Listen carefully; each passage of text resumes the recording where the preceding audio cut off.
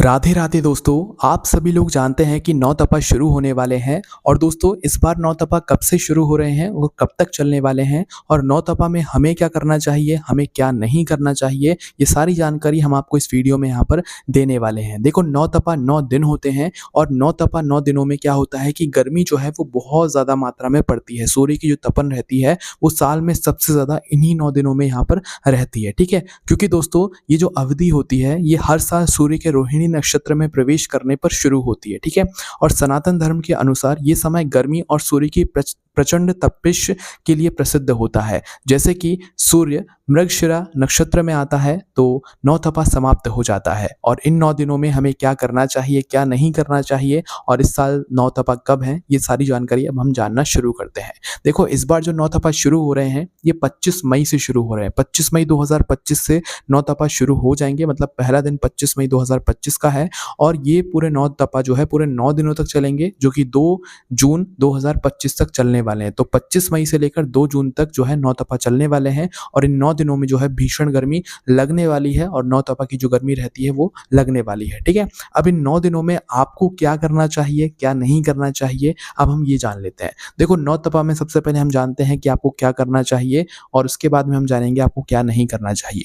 देखो, नौ तपा के दौरान क्या करना चाहिए, महिलाओं को, माताओं बहनों को अपने हाथों और पैरों में मेहंदी ज़रूर लगानी चाहिए। इससे क्या होता है कि भाई मेहंदी की जो तासीर होती है वो ठंडी होती है। तो इस वजह से जो है महिलाओं को, माताओं बहनों को नौ तपा के दिनों में अपने हाथ पैरों में मेहंदी ज़रूर लगानी चाहिए, ताकि नौ तपा का जो असर है ज़्यादा वो उनके हाथ पैरों में या उनके शरीर में ना पड़े, ठीक है। इसके अलावा दोस्तों इस अवधि में सूर्यदेव की पूजा करना बहुत ज़्यादा लाभकारी माना जाता है। मतलब कि इन नौ तपा के दिनों में आपको रोज़ सुबह-सुबह जल्दी उठकर सूर्यदेव को अर्घ्य ज़रूर देना चाहिए। उगते हुए सूर्य को अर्घ्य देना चाहिए।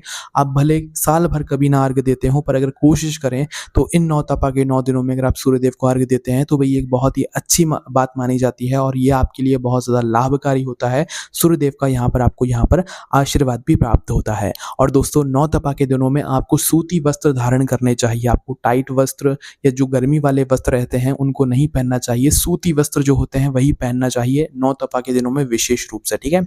अब जो विशेष बात हम आपको बता रहे हैं वो बहुत ही ध्यान से सुनिएगा।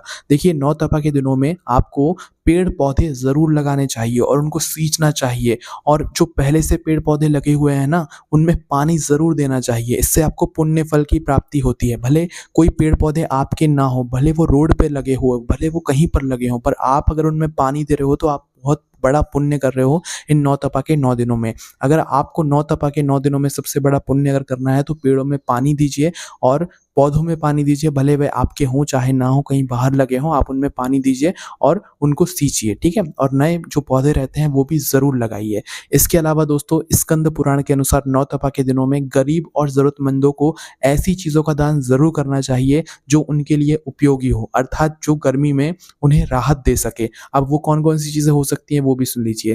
देखिए, नौ तपा के दिनों में अगर आप किसी को भी अन्न का दान करते हैं, विशेष रूप से जल का दान करते हैं, पानी का दान करते हैं, बहुत ज़्यादा सही माना जाता है। सत्तू का दान करते हैं, पंखा का दान करते हैं, घड़ा मटका जो होता है वो दान करते हैं, मौसमी फल का दान करते हैं, गर्मी के कपड़ों का दान करते हैं। ये बहुत ही विशेष और उत्तम माना जाता है नौ तपा के दानों में ज़रूरतमंद या गरीब व्यक्तियों के लिए, ठीक है। तो आप ऐसा कर सकते हैं, ज़रूर कीजिएगा, बहुत पुण्य फल की यहाँ पर प्राप्ति होती है। इसके बाद में छाता और जूते चप्पलों का दान करना भी बहुत शुभ माना जाता है। इससे क्या होता है कि जो आपके ग्रह रहते हैं वो अशुभ दोष जो है दूर कर देते हैं, है ना। अब दोस्तों हम जानते हैं कि आपको नौ तपा में क्या नहीं करना चाहिए। देखिए, नौ तपा के दिनों में आपको बिना कुछ खाए अपने घर से बाहर नहीं निकलना चाहिए, वरना आपकी तबीयत वगैरह जो है वो बिगड़ सकती है, खराब हो सकती है, ठीक है। तो घर से जब भी निकलें सुबह-सुबह तो कुछ हल्का-फुल्का मतलब नाश्ता, भोजन ज़रूर करके निकलें या सत्तू खाकर निकलें, क्योंकि इन दिनों में सत्तू खाना बहुत ही अच्छा माना जाता है ना। तो सत्तू ज़रूर आप बाज़ार से खरीद कर लाएँ और सत्तू ज़रूर खाएँ। नौ तपा के 9 दिनों में दान भी करें और खुद भी खाएँ, है ना।